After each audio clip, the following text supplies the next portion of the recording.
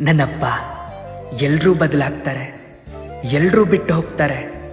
ಆದರೆ ನೀನು, ನಿನ್ನ ಭಕ್ತರ ಮೇಲಿರೋ ನಿನ್ನ ಪ್ರೀತಿ ಯಾವತ್ತೂ ಬದಲಾಗಲ್ಲ. ನೀನು ಯಾವತ್ತೂ ನಮ್ಮನ್ನ ಬಿಟ್ಟು ಹೋಗಲ್ಲ. ಕಷ್ಟ ಅಂದಾಗ ನಾನಿದ್ದೀನಿ ಅಂತ ಧೈರ್ಯ ತುಂಬ್ತೀಯ.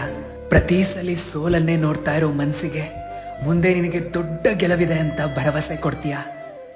ಸಾಧನೆಗೆ ಹಾದಿ ಆಗ್ತೀಯ. ಮುಳ್ಳಿನ ದಾರಿನೆಲ್ಲ ಹೂವಾಗಿ ಮಾಡ್ತೀಯ. ಅವಮಾನಗಳೆಲ್ಲ ಸನ್ಮಾನ ಮಾಡ್ತೀಯ.